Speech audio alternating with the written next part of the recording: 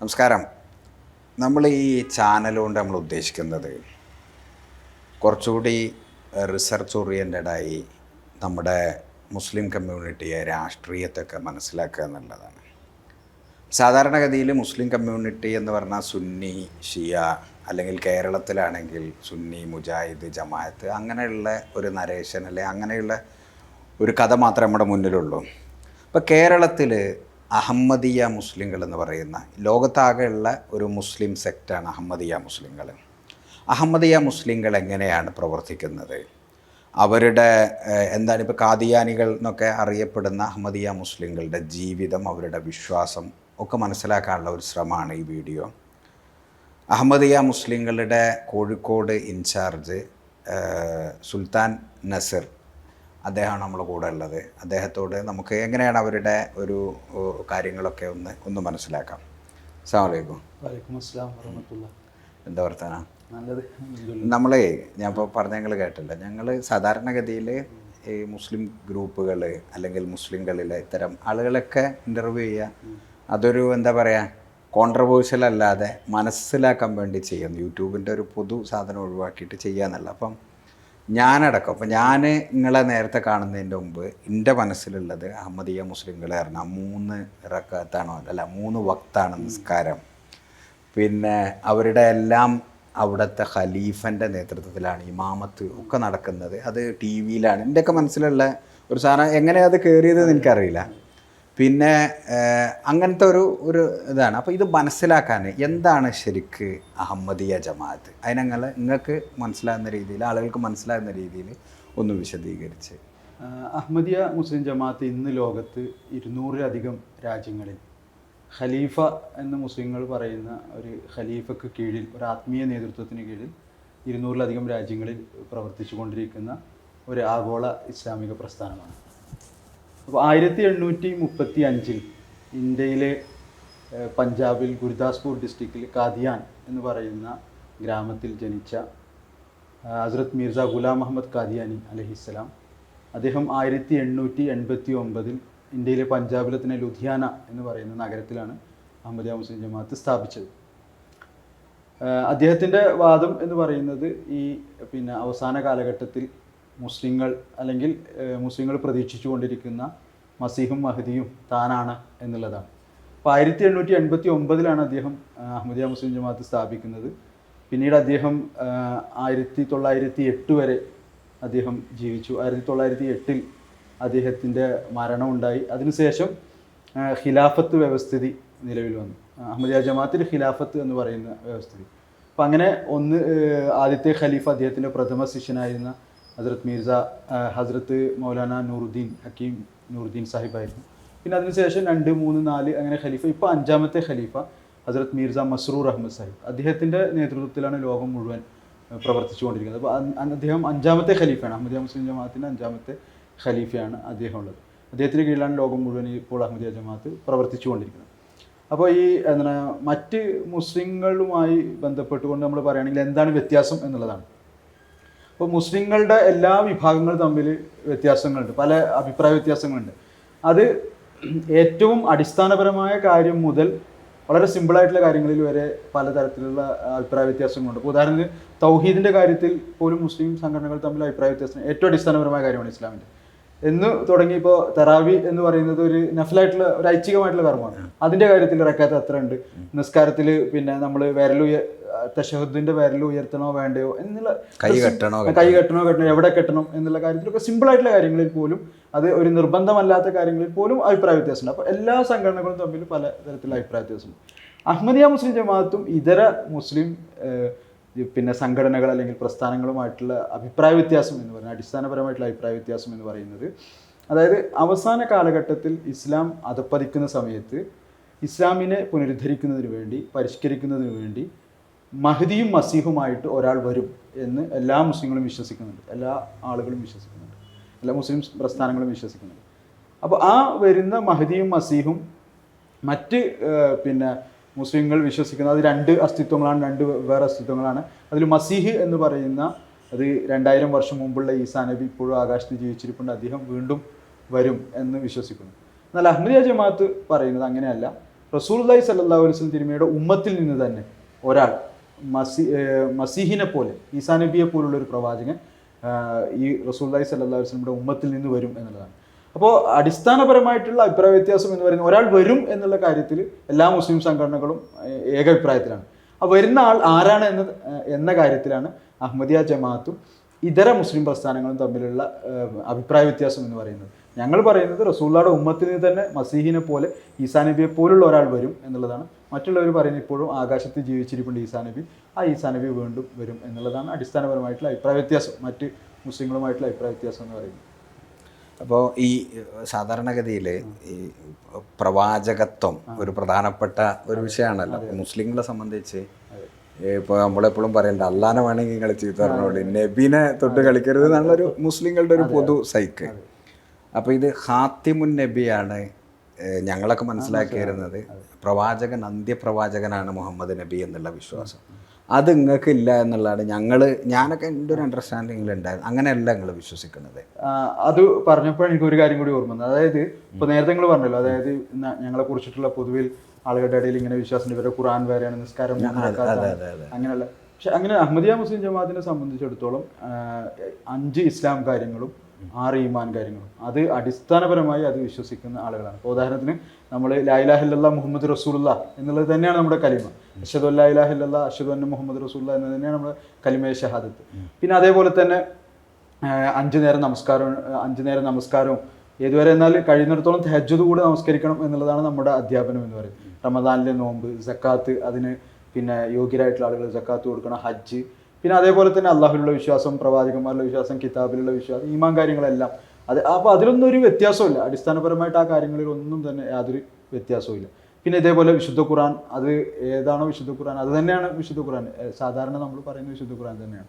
അപ്പോൾ ചിലപ്പോൾ ചിലരൊക്കെ പറയാറുണ്ട് നിങ്ങൾക്ക് 40 ജ്യൂസുള്ള ഞാനൊക്കെ കേട്ടിട്ടുണ്ട്. അപ്പോൾ അങ്ങനെയൊന്നുമില്ല, അതൊക്കെ വെറുതെ ഇല്ലാത്ത ഓരോ കാര്യങ്ങൾ പറയുന്നതാണ്. അപ്പോൾ എന്താണ് ഈ കാര്യം ഞങ്ങൾ പറയുന്നത് റസൂലുള്ളാഹി സ്വല്ലല്ലാഹു അലൈഹി വസല്ലം ഇങ്ങോട്ട് കൊണ്ടുവന്ന ദീനുൽ ഇസ്ലാം, ആ ഇസ്ലാമിൽ ഒരു കടുകുമണി പോലും ഞങ്ങൾ കൂട്ടുകയോ ഒരു കടുകുമണി പോലും കുറക്കുകയോ ചെയ്തിട്ടില്ല. അങ്ങനെ കുറക്കാനോ കൂട്ടാനോ ഒരാൾക്ക് വരാനും സാധ്യമല്ല, ഒരാൾ വരികയുമില്ല എന്നുള്ളതാണ്. പിന്നെ നേരത്തെ പറഞ്ഞതുപോലെ റസൂലുള്ളാഹി സ്വല്ലല്ലാഹു അലൈഹി വസല്ലം അതിർത്ത് മുഹമ്മദ് മുസ്തഫ സ്വല്ലല്ലാഹു അലൈഹി വസല്ലം ഖാത്തമുൻ നബിയീനാണ് എന്ന് ഞങ്ങൾ അടിയുറച്ചു വിശ്വസിക്കുന്നു. ഏതുവരെ എന്നാൽ അഹമ്മദിയ മുസ്ലിം ജമാഅത്തിന്റെ സ്ഥാപകർ പറഞ്ഞിട്ടുണ്ട്, ഏതൊരാളാണോ റസൂലുള്ളാഹി സ്വല്ലല്ലാഹു അലൈഹി വസല്ലം ഖാത്തമുൻ നബിയീനാണെന്ന് വിശ്വസിക്കാത്തത് അയാൾ ഇസ്ലാമിക വൃത്തത്തിൽ നിന്ന് പുറത്താണെന്ന്. അപ്പോൾ എന്താണ് ഞങ്ങളെ സംബന്ധിച്ചിടത്തോളം റസൂലുള്ളാഹി അദ്ദേഹം വളരെ വ്യക്തമായി പറഞ്ഞിട്ടുണ്ട്, ഞങ്ങൾ റസൂലുള്ളാഹി സ്വല്ലല്ലാഹു അലൈഹി വസല്ലമയെ ഖാത്തമുൻ നബിയീനായിട്ട് വിശ്വസിക്കുന്നു, അതിൽ യാതൊരു വിധത്തിലുള്ള സംശയവും ഇല്ല.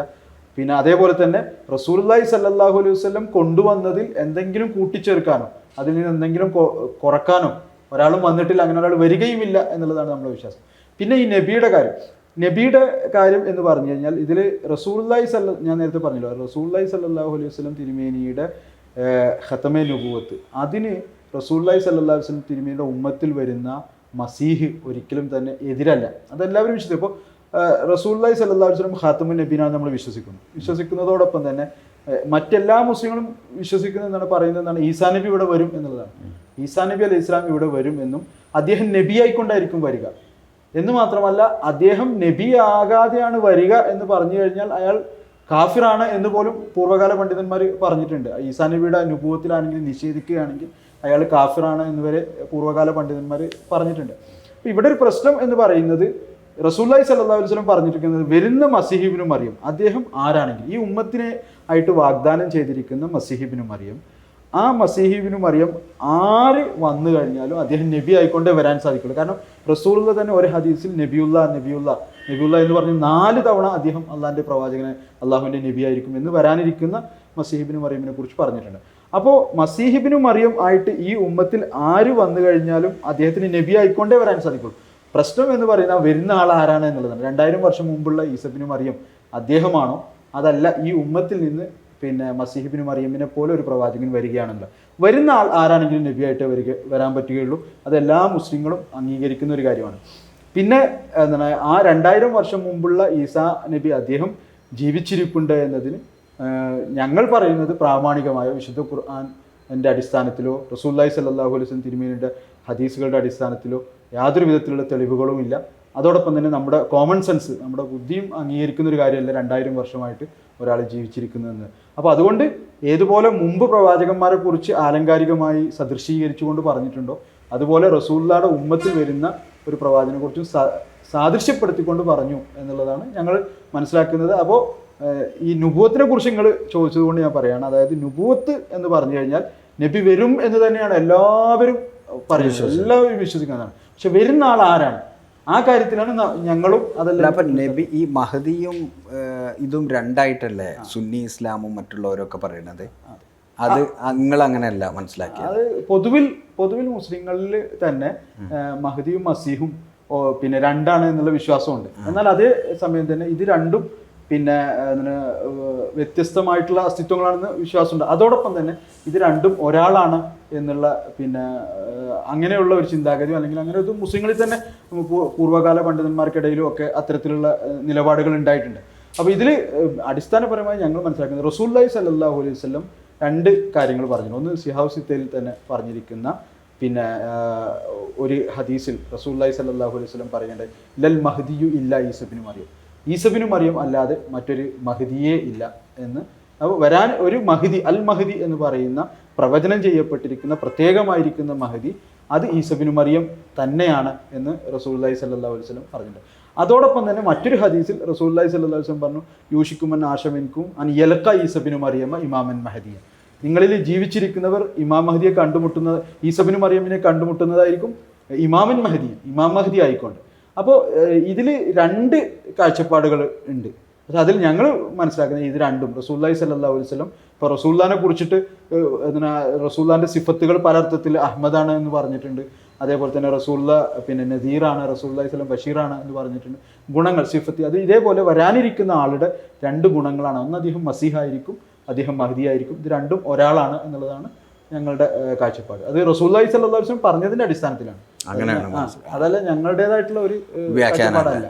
പിന്നെ ഇത് അപ്പൊ അങ്ങനെയാണെങ്കിൽ ഇപ്പൊ ഇത് ഈസാ നബി ആണെങ്കിൽ ഈസാ നബി ഇതിലെ എന്താ പറയുക ഡമാസ്കസിലെ മിനാരത്തിൽ വരും, ആ ഡമാസ്കസിലെ മിനാര ഇപ്പോഴും വെള്ള മിനാര അവിടെ ഉണ്ട് എന്നൊക്കെ ഞങ്ങൾ പ്രസംഗത്തിലൊക്കെ കേട്ടിട്ടുണ്ട്. അതിൻ്റെയൊക്കെ യാഥാർത്ഥ്യം അതായത് ഞാൻ നേരത്തെ പറഞ്ഞല്ലോ, അതായത് ഈ വരാനിരിക്കുന്ന ആളെക്കുറിച്ച് മതഗ്രന്ഥങ്ങളിൽ, പൂർവ്വകാല മതഗ്രന്ഥങ്ങളിൽ എപ്പോഴും ഉണ്ടാവാറുള്ളത് പിന്നെ ഇത്തരത്തിലുള്ള പ്രവചനങ്ങൾ സാദൃശ്യപ്പെടുത്തിക്കൊണ്ട് ആലങ്കാരികമായിക്കൊണ്ടുള്ള പ്രവചനങ്ങളുണ്ടായി. ഇപ്പോൾ നമ്മൾ തന്നെ ഒരു ചിന്തിക്കുക, ഇപ്പോൾ റസൂലുള്ളാഹി സ്വല്ലല്ലാഹു അലൈഹി വസല്ലമയെ കുറിച്ച് ഹിന്ദു മത ഗ്രന്ഥങ്ങളിലോ ക്രൈസ്തവ ഗ്രന്ഥങ്ങളിലോ യഹൂദന്മാരോ മറ്റേതെങ്കിലും പൂർവ്വകാല ഗ്രന്ഥങ്ങളിൽ വളരെ ക്ലിയർ ആയിട്ട് ഇപ്പോൾ അബ്ദുള്ളയുടെയും ആമിനയുടെയും മകനായ മുഹമ്മദ് AD 570 മക്കയിൽ ജനിക്കും എന്നൊക്കെ അങ്ങനെ കൃത്യമായിട്ടുണ്ടെങ്കിൽ എല്ലാവരും റസൂലുള്ളാഹി സ്വല്ലല്ലാഹു അലൈഹി വസല്ലം വിശ്വസിക്കുമായിരുന്നു. അപ്പോൾ ഈ ഇത്തരത്തിലുള്ള അന്വേഷണവും മറ്റു കാര്യങ്ങളോ ഒന്നും ഉണ്ടായിരിക്കില്ല. എന്നാൽ അങ്ങനെ ഉണ്ടാവാറില്ല. മറിച്ച് ആലങ്കാരികമായിട്ടുള്ള പ്രവചനങ്ങൾ റസൂലുള്ളാഹി സ്വല്ലല്ലാഹു അലൈഹി വസല്ലമയെ കുറിച്ച് ഹൈന്ദവ ഗ്രന്ഥങ്ങളിലുണ്ടെന്നും അതേപോലെ തന്നെ ക്രൈസ്തവ മറ്റ് ഗ്രന്ഥങ്ങൾ ബൈബിളിലും തൗറാത്തിലും അതുപോലെ തന്നെ മറ്റ് പല ഗ്രന്ഥങ്ങളിലുണ്ടെന്നും മുസ്ലിങ്ങൾ തന്നെ വാദിക്കുന്ന ഒരു കാര്യമാണ്. ഇതേപോലെ വരാനിരിക്കുന്ന ആളെക്കുറിച്ചും അദ്ദേഹം ചെയ്യുന്ന പ്രവർത്തനങ്ങളെക്കുറിച്ചും ഒക്കെ പറഞ്ഞിരിക്കുന്നത് ആലങ്കാരികമായിട്ടാണ്. ഇപ്പോൾ ഉദാഹരണമായിട്ട് എന്താണ് ഈസാ നബി ഇവിടെ വന്നതെന്ന് ചെയ്യുക, ഈസാ നബി ഇവിടെ വന്നാൽ ചെയ്യുന്ന കാര്യം അദ്ദേഹം കുരിശുടക്കും എന്ന് പറഞ്ഞിട്ടുണ്ട്, പന്നിയെ കൊല്ലും എന്ന് പറഞ്ഞിട്ടുണ്ട്. ഇതൊക്കെ പിന്നെ ശരിക്ക് അത് യാഥാർത്ഥ്യത്തിൽ അദ്ദേഹം ചെയ്യുമെന്നാണോ ഉദ്ദേശിക്കുന്നത്? അതായത് കുരിശ് ഉടക്കുക എന്ന് പറഞ്ഞു കഴിഞ്ഞാൽ ഈ പിന്നെ എന്താണ് ഇവിടെയുള്ള ഇപ്പോൾ ഇവിടെയുള്ള സെമിത്തേരികളിലും ചർച്ചുകളിലും ക്രിസ്ത്യാനികളുടെ വീടുകളിലും ഒക്കെ ഉള്ള കുരിശൊക്കെ പോയി ഓരോ കുരിശ് ഉടക്കുക, പന്നിയെ കൊല്ലുക എന്ന് പറഞ്ഞു കഴിഞ്ഞാൽ ഇവിടെ നമ്മുടെ പിന്നെ കാടുകളിലും അതേപോലെ തന്നെ ഫാമുകളിലൊക്കെ പോയിട്ട് പന്നിയെ കൊല്ലുക എന്ന്. അപ്പോൾ ഇത് എല്ലാ മുസ്ലിങ്ങളും പറയുന്ന കാര്യം ഇതെല്ലാം സിംബോളിക്കായിട്ട് പറഞ്ഞിട്ടുള്ളതാണെന്ന്. അതേപോലെ പറഞ്ഞു നിങ്ങൾ ബനി ഇസ്രായേലരായിട്ട് തീരും, ബനി ഇസ്രായേലരായിട്ട് നിങ്ങൾ തീരും എന്ന് പറഞ്ഞാൽ മുസ്ലിങ്ങളെല്ലാവരും ബനി ഇസ്രായേൽ ആകാനും സാധ്യമല്ലല്ലോ, മുസ്ലിങ്ങൾക്ക് ബനി ഇസ്രായേലരാകാനും സാധ്യമല്ല. അപ്പോൾ ബനി ഇസ്രായേലരാകാൻ ബനി ഇസ്രായേലരെ പോലെ നിങ്ങളായിത്തീരും എന്നുള്ളത്. അപ്പം ഇങ്ങനെ ഈ പറഞ്ഞിരിക്കുന്ന എല്ലാ കാര്യങ്ങളും നമ്മൾ എടുത്തു നോക്കുകയാണെങ്കിൽ ഡമസ്കസിൽ വരുന്ന കാര്യം എടുക്കുകയാണെങ്കിലും അതേപോലെ തന്നെ പിന്നെ പന്നിയെ കൊല്ലുന്ന കാര്യം എടുക്കുകയാണെങ്കിലും കുരിശടക്കുന്ന കാര്യം എടുക്കാൻ ദജ്ജാലിൻ്റെ കാര്യം എടുക്കാൻ യജൂജ് മജൂജ് ഇതെല്ലാം തന്നെ സിംബോളിക്കായിട്ട് പറഞ്ഞിട്ടുള്ള കാര്യമാണ്. അപ്പോൾ ഈ പറഞ്ഞ കാര്യങ്ങളെല്ലാം തന്നെ സിംബോളിക്കായിട്ട് പറഞ്ഞിട്ടുള്ളതാണ്. അപ്പോൾ അതിൻ്റെ അർത്ഥം നമുക്ക് ആ നിലയിൽ എടുക്കാൻ സാധിക്കുള്ളൂ. അപ്പോൾ ഡമസ്കസിന് കിഴക്ക് എന്നാണ് പറഞ്ഞിരിക്കുന്നത്. ഡമസ്കസിന് കിഴക്ക് എന്ന് പറഞ്ഞാൽ ഏകദേശം ഇന്ത്യ ആയിട്ട് വരും. അവിടെ ഇമാം മഹദിയുടെ ആഗമനം ഉണ്ടായിരിക്കും. അദ്ദേഹത്തിലൂടെ ലോകം മുഴുവൻ, ഏതുപോലെ ഒരു വെള്ള മിനാരത്തിലൂടെ ലോകം മുഴുവൻ അതിൻ്റെ വെളിച്ചം എത്തുമോ, അതേപോലെ ഇസ്ലാമിൻ്റെ പ്രകാശം ആ ഭാഗത്ത് ലോകം മുഴുവൻ പ്രചരിക്കും എന്നുള്ളതാണ് അതുകൊണ്ട് ഉദ്ദേശിക്കുന്നത്. നമ്മളെ ഈ ഇപ്പം വിശ്വാസപരമായ ഈ ധാരയിലേക്ക് ഇങ്ങനെ പോകുമ്പം ഇപ്പം അദ്ദേഹം പ്രവാചകനാണ്, മഹദിയാണ് എന്ന് പറയുന്നുണ്ടല്ലോ. ആ തരത്തിൽ എന്തിപ്പോൾ മൂജിസത്ത് എന്നൊക്കെ പറയുന്നത് എന്താണ്? നിങ്ങളിപ്പോൾ അങ്ങനെ വിശ്വസിക്കുക. അപ്പം നമ്മൾ നബിയാണെന്ന് വിശ്വസിക്കാൻ, മുഹമ്മദ് നബിയെ നബിയാണെന്ന് വിശ്വസിക്കാൻ നമ്മൾ മൂജിസത്ത്, അതേപോലെ അങ്ങനത്തെ കുറേ സാധനങ്ങൾ നമ്മൾ കണ്ടിട്ടാണല്ലോ. അപ്പം അങ്ങനെ എന്താണ് ഈ ഇദ്ദേഹത്തിൽ ഉണ്ടായിരുന്നത്? അദ്ദേഹത്തിൻ്റെ ലൈഫിനെ കുറിച്ച് കുറച്ച് കാര്യങ്ങൾ ആളുകൾക്ക് അറിയാൻ താല്പര്യം ഉണ്ടാവുമല്ലോ. അദ്ദേഹത്തിൻ്റെ പാരൻസ്, അദ്ദേഹത്തിൻ്റെ പ്രവാചകത്വം അവകാശപ്പെടുന്നതിന് മുമ്പുള്ള അദ്ദേഹത്തിൻ്റെ ജീവിതം, അതൊക്കെ ഒന്ന് പറഞ്ഞാൽ. ഇതിൽ ഒന്നാമത്തെ കാര്യം എന്ന് പറഞ്ഞാൽ ഈ മുജിസത്തിനെ കുറിച്ചിട്ടുള്ളതാണ്. മുജിസത്ത് എന്ന് പറഞ്ഞു കഴിഞ്ഞാൽ പ്രവാചകന്മാരിൽ നിന്നും അല്ലെങ്കിൽ അള്ളാഹുവിൻ്റെ പിന്നെ അള്ളാഹുമായിട്ട് വളരെ അടുത്ത ആളുകളിൽ നിന്ന് സംഭവിക്കുന്ന കാര്യങ്ങളാണ് കറാമത്തുകൾ എന്നൊക്കെ പറയുന്നത്. അത് എല്ലാ പിന്നെ ഔലിയാക്കളിൽ നിന്നും അതേപോലെ തന്നെ മഹാത്മാക്കളിൽ നിന്നും പ്രവാചകന്മാരുടെ കാലത്തു നിന്നും ഒക്കെ ഉണ്ടായിട്ടുണ്ട്. പക്ഷേ ഈ മുജിസത്തുകളൊന്നും ഒരിക്കലും ഒരാൾ സത്യവാനാണോ അല്ലേ, അല്ലെങ്കിൽ ഒരാളുടെ പ്രവാചകത്തിന് തെളിവായിട്ട് ഇതില്ല. അപ്പോൾ നമ്മളിപ്പോൾ നോക്കും മുസ്ലിങ്ങളുടെ കാര്യത്തിന് ഇപ്പോൾ റസൂലുള്ളാഹിയുടെ ഒരുപാട് മുജിസത്തുകളുണ്ട്.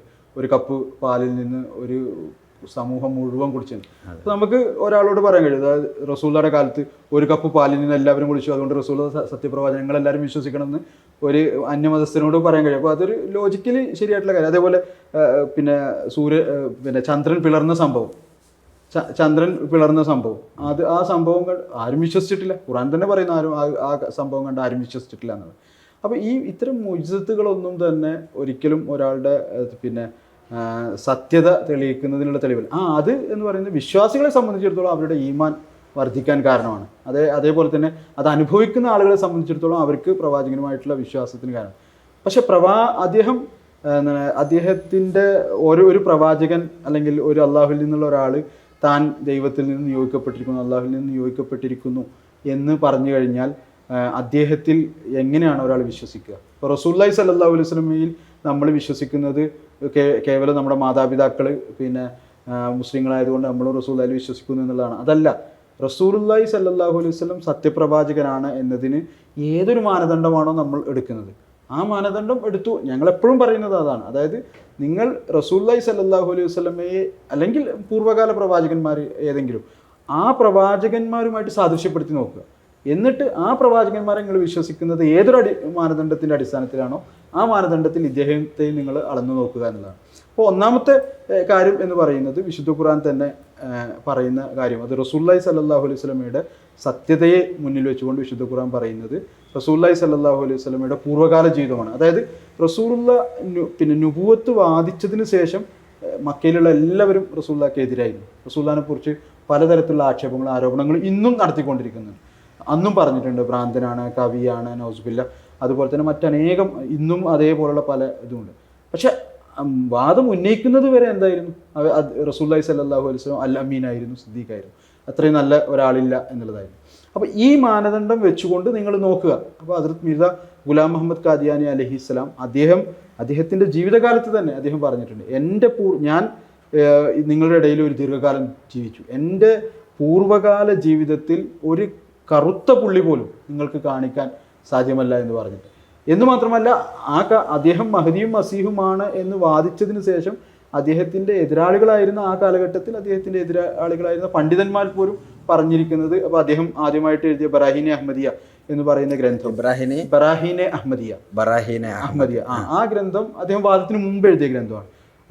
ആ ഗ്രന്ഥം എഴുതിയപ്പോൾ അതിന് റിവ്യൂ എഴുതിക്കൊണ്ട് പിൽക്കാലത്ത് അദ്ദേഹത്തെ വളരെയധികം പിന്നെ എതിർത്ത അഹ്ലെ ഹദീസിൻ്റെ പണ്ഡിതനായിരുന്നു മുഹമ്മദ് ഹുസൈൻ ബട്ടാലവി.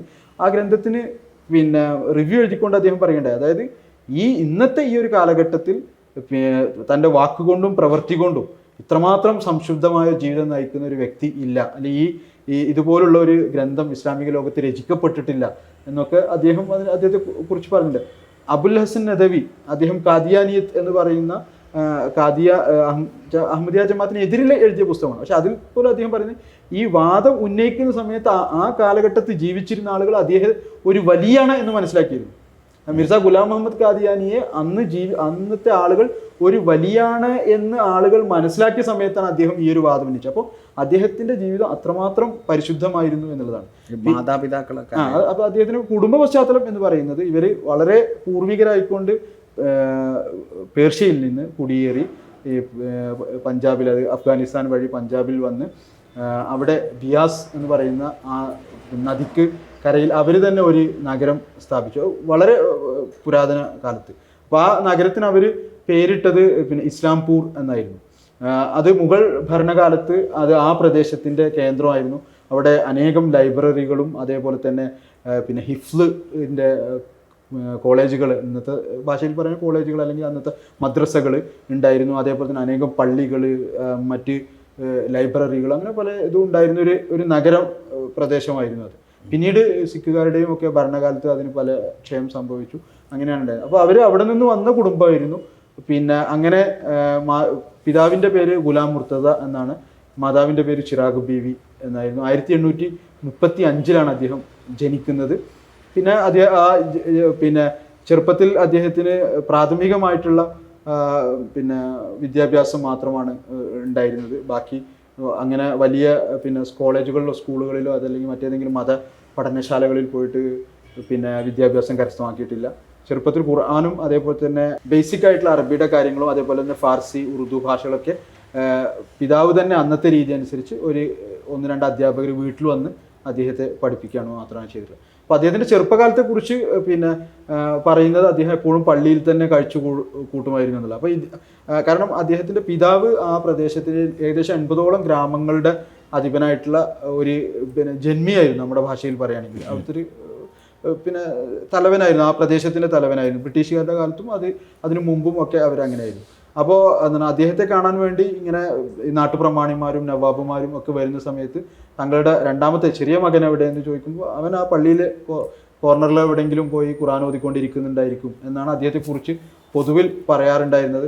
അതേപോലെ തന്നെ അദ്ദേഹത്തിൻ്റെ കളിക്കൂട്ടുകാരൊക്കെ ആ സമയത്ത് പറഞ്ഞിരുന്നത്, അദ്ദേഹം ചെറുപ്പം മുതൽ തന്നെ പറഞ്ഞിരുന്നത്, എൻ്റെ നമസ്കാരം അള്ളാഹു സ്വീകരിക്കാൻ വേണ്ടി നിങ്ങൾ ദുആ ചെയ്യണം എന്നും എപ്പോഴും ദുആ ചെയ്യുന്നത്. അതൊക്കെ അദ്ദേഹത്തിൻ്റെ ചെറുപ്പകാലത്ത് അങ്ങനെയുള്ള ജീവിതമാണ് നയിച്ചിരുന്നത്. പിന്നെ 40 വയസ്സിന് ശേഷം ആണ് അദ്ദേഹം മഹദിയും മസീഹുമാണ് എന്ന് പിന്നെ വാദിക്കുന്നത്. അപ്പോൾ അദ്ദേഹം ആദ്യമായിട്ട് എഴുതിയ ഗ്രന്ഥം എന്ന് പറയുന്നത് ബറാഹീനെ അഹമ്മദിയ എന്ന ഗ്രന്ഥമാണ്. അപ്പോൾ ആ ഗ്രന്ഥം എന്ന് പറഞ്ഞാൽ ആ കാലഘട്ടത്തിൽ പിന്നെ 18-ാം നൂറ്റാണ്ടിൻ്റെ അവസാന കാലഘട്ടത്തിൽ, അതായത് ഇസ്ലാമിനെതിരെ അതിശക്തമായ ആക്രമണം മറ്റ് മതങ്ങളുടെ ഭാഗത്തുനിന്നും മറ്റ് പ്രത്യയശാസ്ത്രങ്ങളുടെ ഭാഗത്തുനിന്നും ഉണ്ടായിരുന്നു. അപ്പോൾ ആ ഒരു സമയത്ത് ഇസ്ലാമിനെ പ്രതിരോധിച്ചുകൊണ്ട് എന്താണ് വിശുദ്ധ ഖുർആൻ്റെ സത്യതയെന്നും മുഹമ്മദ് റസൂലുള്ളാഹി സ്വല്ലല്ലാഹു അലൈഹി വസല്ലം ഇപ്പോഴും ജീവിച്ചിരിക്കുന്ന പ്രവാചകനാണ്. ജീവിച്ചിരിക്കുന്ന പ്രവാചകൻ എന്ന് പറഞ്ഞാൽ ഫിസിക്കലി അല്ല, അല്ലെങ്കിൽ യാഥാർത്ഥ്യത്തിൽ. അത് റസൂലുള്ളാഹി സ്വല്ലല്ലാഹു അലൈഹി വസല്ലം തിരുമേനിയെ പിൻപറ്റുന്നതിലൂടെ ആത്മീയമായ അനുഗ്രഹങ്ങൾ ഈ കാലഘട്ടത്തിലും മനുഷ്യന് ലഭിക്കും.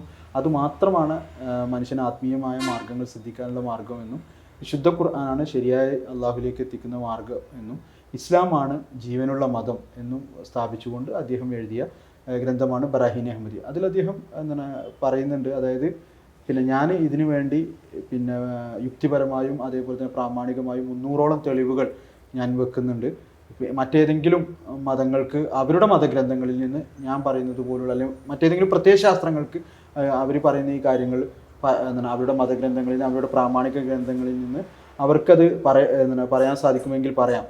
ഇനി അതല്ല, ഏറ്റവും ചുരുങ്ങിയത് നിങ്ങൾ പിന്നെ 5-1 ഞാൻ ഇസ്ലാമിൻ്റെ സത്യതയ്ക്ക് വേണ്ടി മുഹമ്മദ് റസൂലുള്ളാഹി സ്വല്ലല്ലാഹു അലൈഹി വസല്ലം സത്യതയ്ക്ക് വേണ്ടി വെച്ച കാര്യങ്ങൾ 5-1 നിങ്ങൾക്ക് വേണമെങ്കിൽ സമർപ്പിക്കാം എന്ന് അദ്ദേഹം പറയുന്നുണ്ട്. അതും അല്ലെങ്കിൽ ഞാൻ ഉദ്ധരിച്ച ഈ തെളിവുകൾ ഗണ്ണിക്കുകയാണെങ്കിൽ ആ കാലത്ത് അദ്ദേഹം 10,000 രൂപ സമ്മാനമായിട്ട് അത്തരം ആളുകൾക്ക് നൽകും എന്ന് വരെ അദ്ദേഹം വിളംബരം ചെയ്യുന്നുണ്ട്. പക്ഷെ ഇതൊക്കെ അതിന് മുമ്പാണ്. അപ്പോൾ ആ ഗ്രന്ഥത്തെക്കുറിച്ചാണ് ഞാൻ നേരത്തെ പറഞ്ഞത്. പിന്നീട് അദ്ദേഹത്തിൻ്റെ എതിരാളികളായിട്ട് മാറിയ ആളുകൾ പോലും ഇതുപോലുള്ളൊരു ഗ്രന്ഥം ഇസ്ലാമിക ലോകത്ത് ഇതിനു മുമ്പ് എഴുതിയിട്ടില്ല അല്ലെങ്കിൽ രചിക്കപ്പെട്ടിട്ടില്ല, ഉണ്ടെങ്കിൽ നിങ്ങൾ കാണിച്ചു തരൂ എന്ന് വരെ പറഞ്ഞിട്ടുണ്ട്. പിന്നെ ആ കാലഘട്ടത്തിലെ സിഖ് ചരിത്രകാരന്മാർ പഞ്ചാബിലൊക്കെയാണ് അവർ പറഞ്ഞിട്ടുണ്ട്, ഓരോ വീടുകളിലും ഈ ബറാഹീനെ അഹമ്മദിയെക്കുറിച്ചുള്ള ചർച്ചയാണ് ഉണ്ടായിരുന്നത്. ഓരോ മുസ്ലിം സംവാദകനും ആ ഗ്രന്ഥം ഒരു നോക്ക് കാണേണ്ടത് നിർബന്ധമായി കരുതിയിരുന്നു എന്ന് വരെ. എന്താണ് അതിന്റെ കണ്ടന്റ്?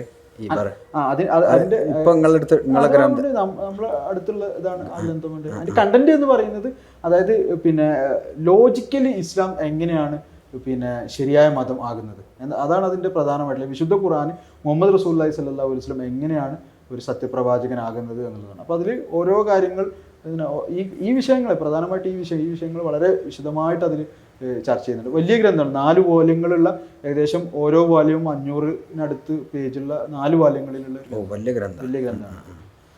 പിന്നെ അദ്ദേഹത്തിന്റെ ബാക്കി പിന്നെ അതിനുശേഷം അദ്ദേഹം നിരന്തരമായി എഴുതിയിട്ടുണ്ട്. 1890 അദ്ദേഹം ഞാൻ മഹദിയും മസീഹുമാണ് എന്ന് വാദിക്കുന്നത്.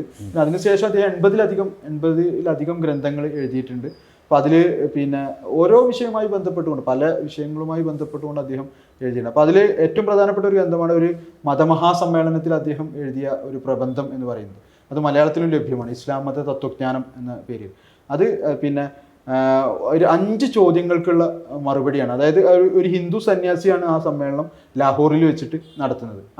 അതിൻ്റെ പിന്നെ ആ സമ്മേളനത്തിൽ അതിൽ ആവശ്യപ്പെട്ടിരുന്നത് എന്ന് പറയുന്നത്, ഇതിൽ പ്രസംഗിക്കാൻ വരുന്ന വ്യത്യസ്ത മതത്തിലെ വ്യത്യസ്ത വീക്ഷണകോണുകളുള്ള ആളുകൾ അവരുടെ മതഗ്രന്ഥങ്ങളിൽ നിന്ന് ഈ 5 ചോദ്യങ്ങൾക്ക് മറുപടി നൽകണം. അത് പിന്നെ ഒന്ന്, മനുഷ്യൻ്റെ ധാർമ്മികം, ശാരീരികം, ആധ്യാത്മികമായിട്ടുള്ള അവസ്ഥകൾ, പരലോക ജീവിതത്തിൻ്റെ പിന്നെ ഉദ്ദേശം, അതിൻ്റെ ലക്ഷ്യം, മനുഷ്യ ജീവിതത്തിൻ്റെ ഉദ്ദേശ ലക്ഷ്യങ്ങൾ, അതെങ്ങനെ മനുഷ്യന് കരസ്ഥമാക്കാൻ സാധിക്കും, ഇത്തരം 5 ചോദ്യങ്ങളാണ്.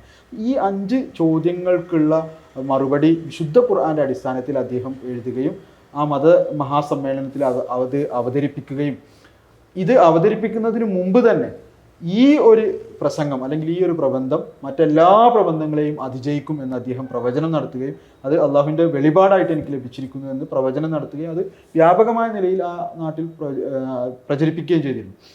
ഈ ഒരു പ്രബന്ധം അത് പിന്നെ അവതരിപ്പിച്ചതിന് ശേഷം അന്നുള്ള പത്രങ്ങൾ, അതേപോലെ തന്നെ മറ്റെല്ലാം തന്നെ വ്യക്തമായിട്ട് എഴുതി ഈ പ്രബന്ധമാണ് ഏറ്റവും ഉന്നതമായിട്ടുള്ള, ഇസ്ലാമിൻ്റെ ഭാഗത്ത് നിന്ന് അവതരിപ്പിക്കപ്പെട്ട ഈ പ്രബന്ധമാണ് ഏറ്റവും ഉന്നതമായിട്ടുള്ളത്, എല്ലാ പ്രബന്ധങ്ങളെയും അതിജയിച്ചത് എന്ന് ആ കാലഘട്ടത്തിൽ തന്നെ എഴുതിയിട്ടുണ്ട്. പിന്നെ പത്രങ്ങൾ ആ കാലഘട്ടത്തിൽ എഴുതിയില്ല. ഈ സമ്മേളനം ഒരു ദിവസം കൂടി ഈ പ്രബന്ധം അവതരിപ്പിച്ച് തീരാത്തത് കൊണ്ട്, അത് പിന്നെ അന്നുള്ള ആളുകൾ ഇത് കേൾക്കാൻ താല്പര്യം പ്രകടിപ്പിച്ചത് കൊണ്ട് സംഘാടകർക്ക് ഒരു ദിവസം കൂടി സമ്മേളനം നീട്ടിവെക്കേണ്ടതായിട്ട് വന്നു. ഇത് അഹമ്മദിയ ജമാഅത്ത് നടത്തിയൊരു സമ്മേളനമല്ല, പുറത്തു നിന്നുള്ള ആളുകൾ നടത്തിയ സമ്മേളനമാണ്. അങ്ങനെ അദ്ദേഹം പിന്നീട് അറബി ഭാഷയാണ് ഭാഷാജനനി എന്ന നിലയിൽ അദ്ദേഹം എഴുതിയിട്ടുണ്ട്. പിന്നെ അതേപോലെ തന്നെ ഈസാ നബി അലൈഹി സ്വലാത്തു വസ്സലാം അല്ലെങ്കിൽ യേശു ക്രിസ്തുവിൻ്റെ കുരിശ് മരണത്തിന് ശേഷം, അല്ലെങ്കിൽ കുരിശ് സംഭവത്തിന് ശേഷം, കുരിശ് മരണം എന്നില്ല, കുരിശ് സംഭവത്തിന് ശേഷം യേശുവിന് എന്ത് സംഭവിച്ചു എന്നുള്ള കാര്യം ലോകത്തോട് ആദ്യമായിട്ട് പറയുന്നത് ഹസ്രത്ത് മീർസ ഗുലാം മുഹമ്മദ് ഖാദിയാനാണ്. അപ്പോൾ മുസ്ലിങ്ങളിലും യഹൂദികളിലും ക്രിസ്ത്യാനികളിലും ഒക്കെ അദ്ദേഹത്തെക്കുറിച്ച് വ്യത്യസ്തമായ കാഴ്ചപ്പാടുകളാണല്ലോ ഉള്ളത്. പക്ഷേ അതൊക്കെ പോയി നിൽക്കുന്നത് കുരിശ് സംഭവം വരെയാണ്. കുരിശ് സംഭവത്തിന് ശേഷം എന്ത് സംഭവിച്ചു? യഹൂദന്മാർ പറയുന്നത് അദ്ദേഹം കുരിശിൽ മരിച്ച് ഞങ്ങൾ കൊന്നു എന്നുള്ളതാണ്. ക്രിസ്ത്യാനികൾ പറയുന്നത് കുരിശിൽ മരിച്ച് അദ്ദേഹം 3-ാം ദിവസം ഉയർത്തെഴുന്നേറ്റ് ആകാശത്ത് ജീവിച്ചിരിപ്പുണ്ട് എന്നുള്ളതാണ്.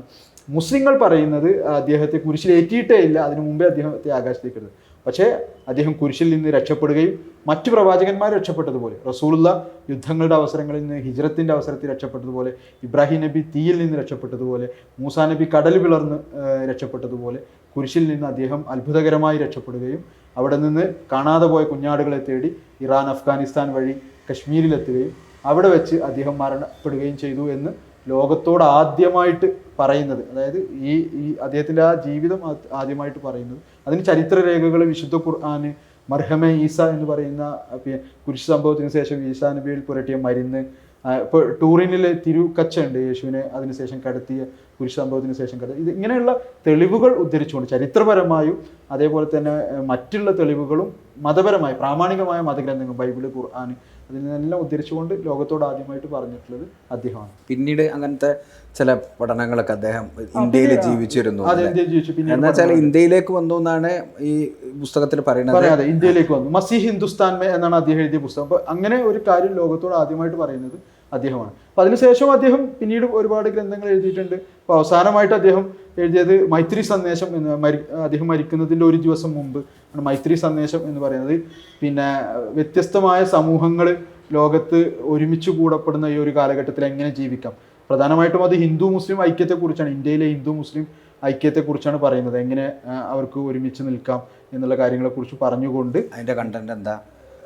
അതെ, അതിന്റെ കണ്ടന്റ് എന്ന് പറഞ്ഞാൽ, അതായത് ഇപ്പോൾ ഇത് അദ്ദേഹം വരുന്നത് 1908-ലാണ്, അതായത് പിന്നെ സ്വാതന്ത്ര്യത്തിന് മുമ്പ് മഹാത്മാഗാന്ധി ഇന്ത്യൻ രാഷ്ട്രീയത്തിലേക്ക് വരുന്നതിന് മുമ്പ് അദ്ദേഹം ഹിന്ദു മുസ്ലിം ഐക്യം എങ്ങനെ സാധ്യമാകും എന്നതിനെ കുറിച്ചാണ് അദ്ദേഹം, ചെറിയ പുസ്തകമാണ് മൈത്രി സന്ദേശം, പൈഗാമെ സുൽഹ് എന്ന പേരിൽ മൈത്രി അദ്ദേഹത്തിന്റെ അവസാനത്തെ ഗ്രന്ഥമാണ്.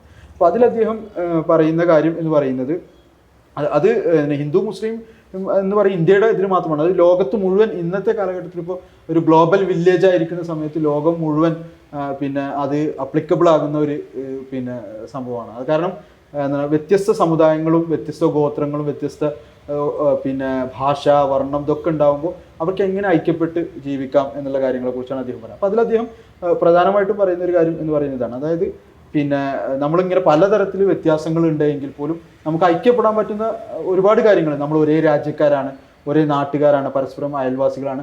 അപ്പോൾ ഈ അഭിപ്രായ വ്യത്യാസങ്ങളിൽ, മതപരമായ അഭിപ്രായ വ്യത്യാസങ്ങളിലൊക്കെ നിന്നുകൊണ്ട് തന്നെ നമുക്ക് ഈ കാര്യങ്ങളിലൊക്കെ ഐക്യപ്പെടാൻ സാധിക്കും. പിന്നെ അതേപോലെ തന്നെ നമ്മൾ പിന്നെ വിട്ടുവീഴ്ചയുടെ ഒരു പിന്നെ ശീലം നമ്മൾ ഉണ്ടാക്കിയെടുക്കേണ്ടതാണ്. അപ്പോൾ അതിന് ഒരു വലിയൊരു ഉദാഹരണം പറയുന്നത് ഇതാണ്. അതായത് നേരത്തെ നമ്മൾ പറഞ്ഞല്ലോ, മുഹമ്മദ് റസൂലുള്ളാഹി സ്വല്ലല്ലാഹു അലൈഹി വസല്ലം തിരുമേനി അധിക്ഷേപിക്കുക എന്നുള്ളത് പറയുന്നത് മുസ്ലിങ്ങളെ സംബന്ധിച്ചിടത്തോളം സഹിക്കാൻ കഴിയാത്ത കാര്യമാണ്. പക്ഷേ ഹിന്ദുക്കളെയോ അതല്ലെങ്കിൽ ക്രിസ്ത്യാനികളെയോ സംബന്ധിച്ചിടത്തോളം അത് ഒരു നിർബന്ധമായിട്ടുള്ള കാര്യം. അവർക്ക് റസൂലുള്ളാഹിനെ അധിക്ഷേപിക്കണം എന്നുള്ളത് നിർബന്ധമായിട്ടുള്ള ഒരു കാര്യമൊന്നുമല്ല. അപ്പോൾ അതുകൊണ്ട് മറ്റ് മതങ്ങൾ, മറ്റ് സമൂഹങ്ങൾ ചെയ്യേണ്ടത് റസൂലുള്ളാഹിനെ ഒരിക്കലും അപമാനിക്കരുത്. അപ്പോൾ അതിൽ അദ്ദേഹം പറയുന്നുണ്ട്, ഞങ്ങൾ കാടുകളിലെ വന്യമൃഗങ്ങളോടും വിഷസർപ്പങ്ങളോടും വരെ സന്ധി ചെയ്യാൻ മുസ്ലിങ്ങൾക്ക് സാധിക്കും, പക്ഷേ മുസ്ലിങ്ങൾക്ക് ഒരിക്കലും റസൂലുള്ളാഹിനെ അധിക്ഷേപിക്കുന്ന ആളുകളെ സന്ധി ചെയ്യാൻ സാധിക്കില്ല. അപ്പോൾ അതുകൊണ്ട് പിന്നെ ഹിന്ദുക്കളും അതുപോലെ തന്നെ മറ്റു ക്രിസ്ത്യാനികളും മറ്റു പ്രത്യേക നിരീശ്വരവാദികൾ ആരാണെങ്കിലും അവരൊന്നും റസൂലുള്ളാഹിനെ ഒരിക്കലും നിങ്ങൾ അധിക്ഷേപിക്കുകയോ അങ്ങനെയുള്ള കാര്യങ്ങൾ ചെയ്തു.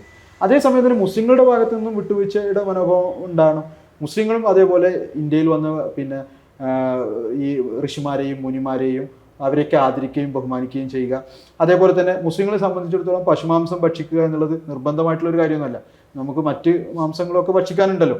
അപ്പോൾ നമ്മുടെ സഹോദരങ്ങൾക്ക് ബുദ്ധിമുട്ടാകുന്നുണ്ട് എങ്കിൽ, അല്ലെങ്കിൽ അവർക്ക് അത് വേദന ഉണ്ടാക്കുന്നതാണെങ്കിൽ അവരുടെ വേദനയെ മനസ്സിലാക്കിക്കൊണ്ട് ഒരു വിട്ടുവീഴ്ച എന്ന നിലയിൽ അത് ഈ ഗ്രന്ഥത്തിൽ പറയുന്നുണ്ട്. പശുമാംസത്തെ കുറിച്ച് പറയുന്നുണ്ട്. പശുമാംസത്തെ കുറിച്ച് അത് നമ്മളെ ഹിന്ദു സഹോദരന്മാർക്ക്, നമ്മളെ സംബന്ധിച്ചിടത്തോളം മുസ്ലിങ്ങളെ സംബന്ധിച്ചിടത്തോളം പശുമാംസം ഭക്ഷിച്ചാലേ മുസ്ലിം ആകും എന്നില്ല. അപ്പൊ നമ്മളെ മതപരമായി അത് ഉപേക്ഷിച്ചതുകൊണ്ട് നമുക്ക് പ്രത്യേകിച്ച് കുറവൊന്നുമില്ല. അപ്പൊ അതുകൊണ്ട് പക്ഷെ നമ്മളെ ഹിന്ദുക്കൾ അത് വളരെ പവിത്രമായി കാണുന്നതാണ്, അവരെ സംബന്ധിച്ചിടത്തോളം അത് ദൈവമാണ്, അല്ലെങ്കിൽ ദൈവസങ്കല്പമാണ്.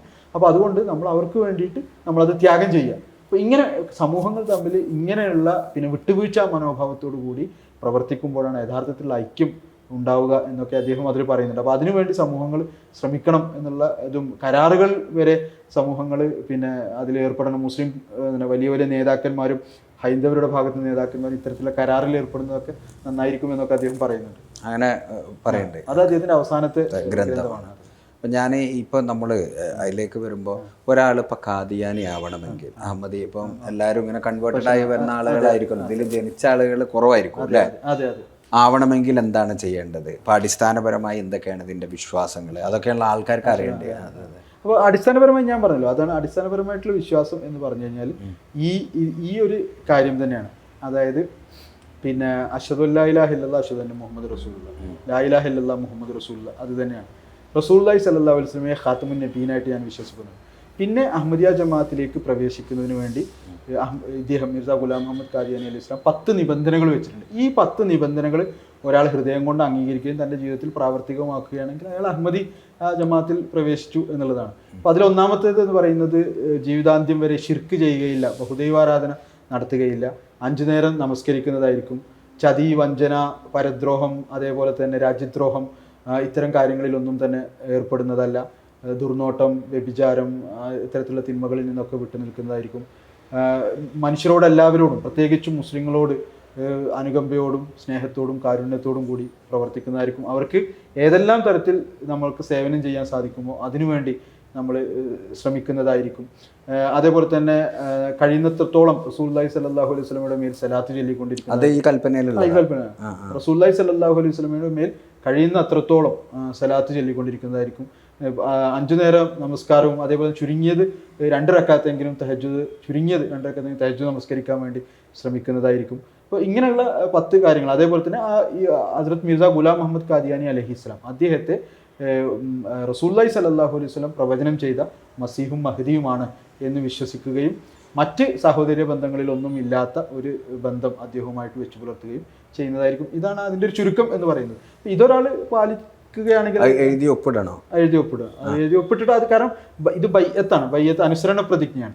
റസൂലുള്ളാഹി സ്വല്ലല്ലാഹു അലൈഹി വസല്ലം ബൈഅത്ത് ചെയ്യാൻ വേണ്ടി പറഞ്ഞിരിക്കുന്ന ഏക ആൾ വരുന്ന ഇമാം മഹദിക്കാണ്. നിങ്ങൾ ഇമാം മഹദിക്ക് ബൈഅത്ത് ചെയ്യണം, അഥവാ നിങ്ങൾ മഞ്ഞുകട്ടയിൽ ഇഴഞ്ഞു ചെന്നിട്ടാണെങ്കിലും അദ്ദേഹത്തിന് നിങ്ങൾ ബയ്യത്ത് ചെയ്യുകയും എൻ്റെ സലാം എത്തിക്കുകയും ചെയ്യണം എന്ന് റസൂലുള്ളാഹി സ്വല്ലല്ലാഹു അലൈഹി വസല്ലം പറഞ്ഞു. അപ്പോൾ ബയ്യത്ത് ചെയ്യാൻ വേണ്ടി റസൂലുള്ള പറഞ്ഞിട്ടുള്ള ഏകാൾ, ഉമ്മത്തിന് വസിയത്ത് ചെയ്തിട്ടുള്ള ഏകാൾ മഹദി ഇമാമാണ്. അപ്പോൾ ഇദ്ദേഹം മഹദി ഇമാമാണെന്നാണ് ഞങ്ങൾ പറയുന്നത്, അല്ലെങ്കിൽ അദ്ദേഹം അങ്ങനെ ആവുന്നത് കൊണ്ട് അദ്ദേഹത്തിന് ബയ്യത്ത് ചെയ്യും. പക്ഷേ ബയ്യത്ത് വാങ്ങിക്കുന്നവരാണ്, ബയ്യത്ത് വാങ്ങിക്കാൻ മഹദി ഇമാമാണ്, അതല്ലെങ്കിൽ അദ്ദേഹത്തിൻ്റെ ഖലീഫത്തുൽ മസീഹ് എന്നാണ് ഞങ്ങൾ പറയുക, അദ്ദേഹത്തിൻ്റെ ഖലീഫക്കാണ്. അപ്പോൾ ഒരാൾ ഓരോരുത്തരും തന്നെ ഇപ്പോൾ എല്ലാവർക്കും ഖലീഫയുടെ അടുത്ത് പോയി ബയ്യത്ത് ചെയ്യുക എന്ന് പറഞ്ഞ് സാധ്യമല്ലാത്തത് കൊണ്ട് അവർ അത് എഴുതി ഒപ്പിട്ട് ഖലീഫക്ക് അയച്ചു കൊടുക്കും എന്നുള്ളതാണ്.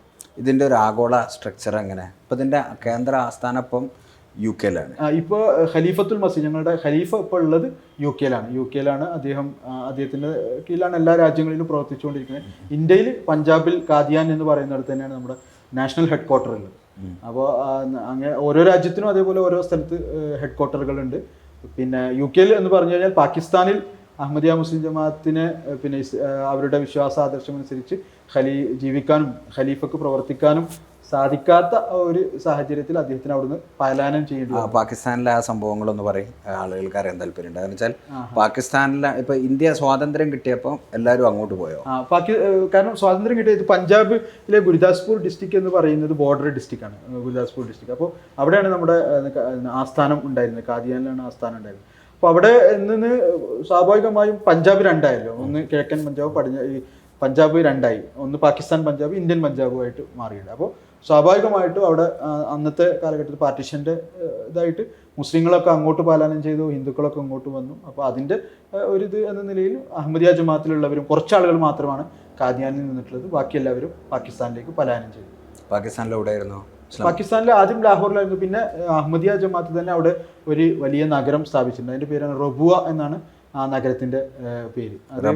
റബുവ. അതൊക്കെ ഇപ്പോൾ തകർത്തോ? ഇല്ല, റബുവ നഗരം ഇപ്പോഴും ഉണ്ട്. അതിന്റെ പേരൊക്കെ മാറ്റി. പേരിപ്പോൾ അങ്ങനെ ഔദ്യോഗികമായിട്ട് അവിടെ പാകിസ്ഥാൻ ഗവൺമെന്റ് ചിനാബ് നഗർ, എൻ്റെ തൊട്ടടുത്തു കൂടെ ഒരു നദി ചിനാബ് എന്ന് പറയുന്ന പഞ്ചാബിൽ നിന്നുള്ള നദി പോകുന്നത്, അപ്പോൾ ചിനാബ് നഗർ എന്നാക്കി. ആ നഗരം ഞങ്ങൾ വിലക്ക് വാങ്ങിച്ചുകൊണ്ട് പാർട്ടീഷന് ശേഷം അഹമ്മദിയ ജമാഅത്ത് വിലക്ക് വാങ്ങിച്ച് ഒരു വരണ്ട പ്രദേശമായിരുന്നു, അല്ലെങ്കിൽ ഒരു പിന്നെ അത്തരത്തിലുള്ള ഒരു ഭൂമിയായിരുന്നു. അത് ഞങ്ങൾ വിലക്ക് വാങ്ങിച്ചുകൊണ്ട് ഞങ്ങൾ ഉണ്ടാക്കിയ ഒരു നഗരമാണത്, ഉണ്ടാക്കിയ നഗരമാണ്. ഇപ്പോൾ അതിൻ്റെ പേരെല്ലാം മാറ്റി ഔദ്യോഗിക, പക്ഷേ ഞങ്ങളുടെ രേഖകളിലും ഞങ്ങൾ പറയാറുള്ളത് റബുവ എന്നുള്ളത് തന്നെയാണ് ഞങ്ങൾ. അപ്പോൾ ആ നഗരത്തിന് നമ്മളിട്ട പേരാണ് റബുവ എന്നുള്ളത്. അവിടെ ഒന്നും ഉണ്ടായിരുന്നില്ല, ഒരു നഗരം ഞങ്ങളുടെ ഹെഡ് ക്വാർട്ടറായിട്ട് ഉണ്ടാക്കിയൊരു നഗരമാണ്. അപ്പോൾ എത്രാമത്തെ ഖലീഫയാണ് അവിടുന്ന് പിന്നെ രണ്ടാമത്തെ ഖലീഫ അവിടുന്ന് രാജ്യം വിടുന്നത്? ഇന്ത്യയിൽ നിന്ന് പാകിസ്ഥാനിലേക്ക് പോകുന്നത്, പാകിസ്ഥാനിൽ നിന്ന് UK യിലേക്ക് പോകുന്ന നാലാമത്തെ ഖലീഫ. അപ്പോൾ 2-3 ഖലീഫമാര് മരിക്കുന്നത് പാകിസ്ഥാനിലാണ്. പാകിസ്ഥാനിൽ ഇതിനെതിരെ വലിയ വിവാദങ്ങൾ ഉണ്ടാകുന്നുണ്ടല്ലോ, അതിന്റെ സംഭവങ്ങളൊക്കെ? പാകിസ്ഥാനിൽ എന്ന് പറഞ്ഞു കഴിഞ്ഞാൽ, അതായത് പാകിസ്ഥാൻ ഇന്ത്യ പാക് വിഭജനത്തിന് ശേഷം, പാകിസ്ഥാൻ ഒരു രാജ്യമായതിനു ശേഷം പിന്നീട് ന്യൂനപക്ഷങ്ങൾക്കെതിരിൽ ഉണ്ടായി. അപ്പോൾ അതിൽ ഏറ്റവും ടാർഗറ്റ് ചെയ്യപ്പെട്ട ഒരു സമുദായം എന്ന് പറയുന്നത് അഹമ്മദിയ മുസ്ലിം ജമാഅത്താണ്. അപ്പോൾ അഹമ്മദിയ മുസ്ലിം ജമാഅത്ത് എന്ന് പറഞ്ഞു കഴിഞ്ഞാൽ 1953 അഹമ്മദിയ വിരുദ്ധ കലാപം ഉണ്ടാകുന്നത്. 1953 സ്വാതന്ത്ര്യം കിട്ടി ഒരു 5-6 കൊല്ലം കൊണ്ടാണ്. 5-6 കൊല്ലം, 2-3-4 കൊല്ലം കൊണ്ട് തന്നെ ഉണ്ടായി. അപ്പോൾ കാരണം അത് യഥാർത്ഥത്തിൽ അത് ഒരു പൊളിറ്റിക്കൽ ഇതായിരുന്നു. അതായത് പിന്നെ ജമാഅത്തെ ഇസ്ലാമിക്ക് അവിടെ വേരുറപ്പിക്കാൻ, കാരണം ജമാഅത്തെ ഇസ്ലാമി ഈ പാകിസ്ഥാൻ അനുകൂലമായിരുന്നില്ല എന്നുള്ളതാണ് ഒരു ഇതുണ്ടായിരുന്നത്. അപ്പോൾ അതുകൊണ്ട് തന്നെ ജമാഅത്തെ ഇസ്ലാമിയെ സംബന്ധിച്ചിടത്തോളം പാകിസ്ഥാനിൽ അവർക്ക് അവരുടേതായിട്ടുള്ള അസ്തിത്വത്തെ സ്ഥാപിക്കേണ്ടതുണ്ടായിരുന്നു. അപ്പോൾ അവർക്ക് ഒരു അപരനെ ഉണ്ടാക്കണം, ഞങ്ങൾ ഇസ്ലാമിന്റെ ശത്രുവിനെതിരിൽ പോരാടുന്ന ആളുകളാണ് എന്ന് പറഞ്ഞുകൊണ്ട് ആ സമൂഹത്തിൽ, അത് പാക് സമൂഹത്തിൽ ഞങ്ങൾ പാകിസ്ഥാന്റെ ആളുകളാണ് എന്ന് വരുത്തി തീർക്കണം. അല്ലെങ്കിൽ എന്തായിരുന്നു പാകിസ്ഥാനെതിരാവാൻ കാരണം? ഐ മീൻ അവർ ഇന്ത്യയിൽ തന്നെ നിൽക്കണം എന്നുള്ള അഭിപ്രായം? അങ്ങനെ അത് അവരുടെ നെറേഷനാണ്. അത് പാകിസ്ഥാനിലുള്ള അന്ന് മുസ്ലിം ലീഗാണല്ലോ ഉള്ളത്. കാരണം ഇതിൻ്റെയൊക്കെ പിന്നിൽ രാഷ്ട്രീയമായിട്ടുള്ള ലക്ഷ്യങ്ങളാണ്. അപ്പോൾ അന്ന് മുസ്ലിം ലീഗാണുള്ളത്.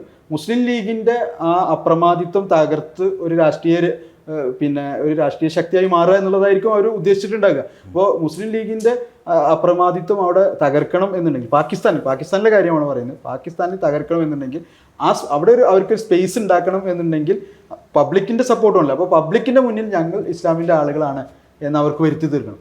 അപ്പോൾ അതിനൊരു അപ്പുറത്തൊരു ശത്രുവിനെ വേണം. അപ്പോൾ അഹമ്മദിയ മുസ്ലിം ജമാഅത്ത് ഇസ്ലാമിൻ്റെ ശത്രുക്കളാണ് എന്ന് വരുത്തി തീർത്തുകൊണ്ട് ഞങ്ങൾ ഇസ്ലാമിൻ്റെ സംരക്ഷകനാണ് എന്ന് പറഞ്ഞുകൊണ്ട് അവരുടെ രാഷ്ട്രീയമായ ലക്ഷ്യത്തിന് വേണ്ടിയുണ്ടായ ഒരു ശ്രമമായിരുന്നു അത്.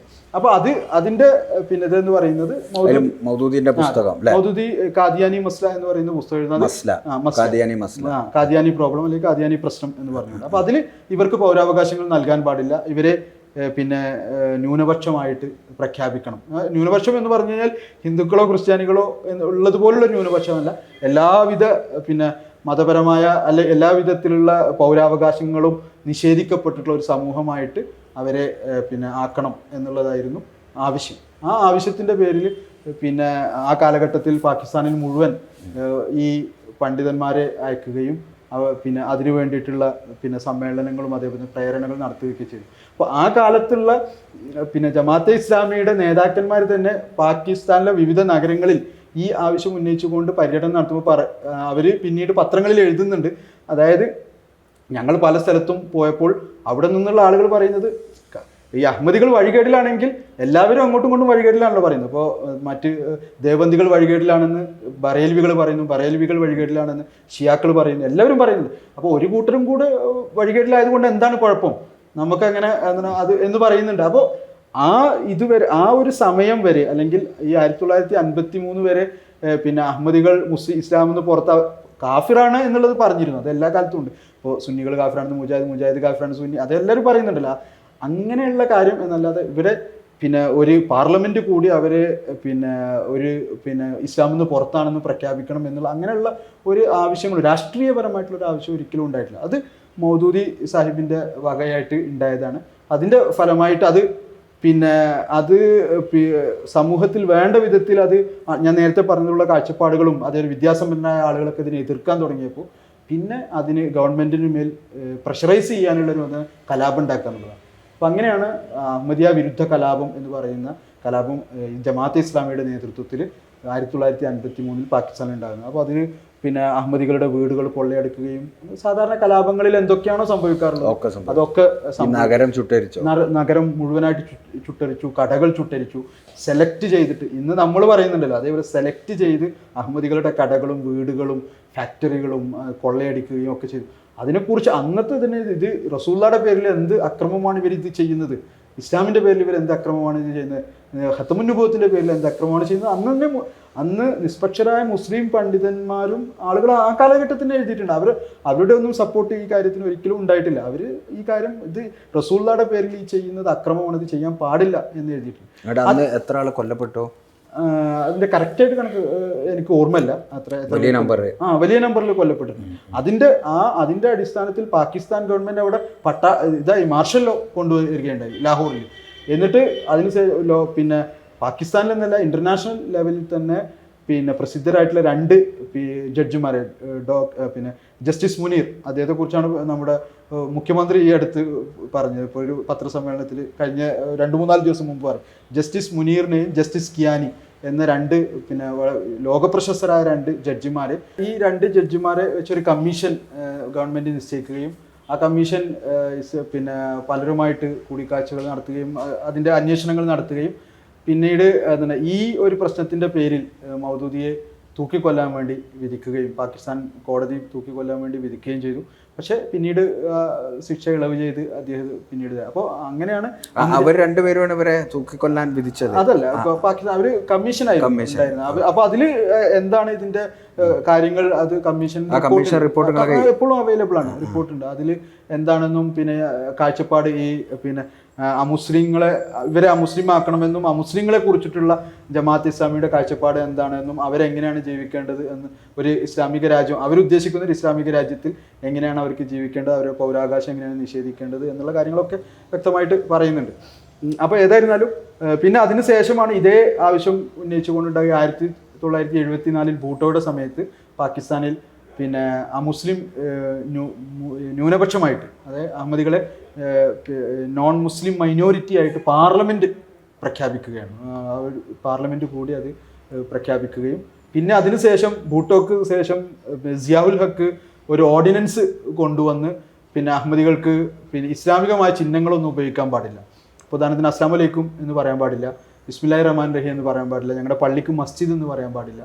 അതേപോലെ തന്നെ അങ്ങനെ ഇപ്പോൾ ഏതൊരാൾക്കും ഞാൻ വിശുദ്ധ ഖുർആൻ അവിടെ നിന്ന് വിശുദ്ധ ഖുർആൻ ഓതി ഇപ്പോൾ നിങ്ങൾ പറയണേ അത് മുഖേന എൻ്റെ മതവികാരം വ്രണപ്പെട്ടു എന്ന് പറഞ്ഞാൽ പോലീസിന് എന്നെ കൊണ്ടുപോയി അറസ്റ്റ് ചെയ്യാം, അവർ പിന്നെ 10 അല്ലെങ്കിൽ 8 വർഷമൊക്കെ ജയിലിലിടാം എന്നുള്ള അങ്ങനെയുള്ള ഒരു നിയമം ഞങ്ങളുടെ പള്ളിയുടെ മുകളിൽ കലിമ ലാ ഇലാഹ ഇല്ലല്ലാഹ് മുഹമ്മദ് റസൂലുള്ളാഹ് എന്ന് എഴുതാൻ പാടില്ല എന്നും വ്യാപകമായ നിലയിൽ കലിമ പിന്നെ ആ കാലഘട്ടത്തിൽ ഗവൺമെൻറ്റിൻ്റെ പോലീസ് വന്നുകൊണ്ട് പള്ളികളുടെ മേലിൽ നിന്ന് കലിമ മായ്ച്ചു കളയുന്ന സംഭവങ്ങൾ ആ കാലത്തുണ്ട്. പിന്നെ അതിനുശേഷം നിരന്തരമായിട്ട് അഹമ്മദികളുടെ പള്ളികൾ പൊളിച്ചുകൊണ്ടിരിക്കുന്നു, അവിടെ പിന്നെ മറ്റു പല കാര്യങ്ങളും നിശ്ചയിച്ചുകൊണ്ടിരിക്കുന്നു. ഇന്നും അവിടെ പിന്നെ വോട്ടവകാശമില്ല. കാരണം വോട്ടവകാശം വേണമെന്നുണ്ടെങ്കിൽ നമ്മൾ മിർസ ഗുലാം മുഹമ്മദ് ഖാദിയാനി കള്ളവാദിയാണ് എന്ന് എഴുതി നമ്മൾ ഡിക്ലറേഷൻ കൊടുക്കണം. അപ്പോൾ അങ്ങനെ ഞങ്ങളുടെ അതവിടെ സാധാരണക്കാർക്കും കൊടുക്കണം തോന്നുന്നു, സാധാരണ കൊടുക്കണം. അപ്പോൾ അങ്ങനെ വിശ്വസിക്കുന്ന സാധാരണ മുസ്ലിങ്ങളെ സംബന്ധിച്ചിടത്തോളം പ്രശ്നമില്ല. പക്ഷെ ഞങ്ങളെ സംബന്ധിച്ചിടത്തോളം ഞങ്ങൾ മഹ്ദിമ വിശ്വസിക്കുന്നതാണ്, അപ്പോൾ ഞങ്ങൾക്ക് സാധ്യമല്ല. അപ്പോൾ അതിൻ്റെ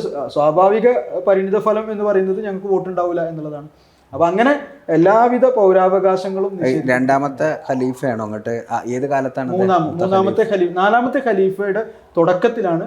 പിന്നെ ഖലീഫക്ക് പ്രസംഗിക്കാനോ അതല്ലെങ്കിൽ പിന്നെ ഖലീഫയെ ഞങ്ങൾക്ക് അമീറുൽ മുഅ്മിനീൻ എന്ന് പറയാനോ ഒന്നും പാടില്ല. ഖലീഫക്ക് ഞങ്ങളോട് പ്രസംഗിക്കാനോ ഖുത്ബ കൊടുക്കാനോ നമസ്കാരത്തിന് നേതൃത്വം കൊടുക്കാനോ ഒന്നും സാധിക്കില്ല. അങ്ങനെയാണെങ്കിൽ ഖലീഫ അറസ്റ്റ് ചെയ്യും. അപ്പോൾ അങ്ങനെ ഒരു സാഹചര്യം വന്ന സമയത്താണ് അവിടെ നിന്ന് പലായനം ചെയ്തു. ഈ പാകിസ്ഥാനിലേക്ക് പോയത് വലിയ അബദ്ധമായില്ലേ? അപ്പോൾ അങ്ങനൊരു ആലോചന അല്ല, പാകിസ്ഥാനിലേക്ക് പോയത് അബദ്ധമായി എന്നുള്ള ഇതില്ല. കാരണം എന്താണെന്ന് വെച്ചാൽ അഹമ്മദിയ ജമാഅത്തിനെ സംബന്ധിച്ചിടത്തോളം അതിന് പിന്നെ രാഷ്ട്രീയമായിട്ടുള്ള കാര്യങ്ങളോ അതല്ലെങ്കിൽ അങ്ങനെ അതിർത്തി പ്രശ്നങ്ങളോ ഒന്നുമില്ല.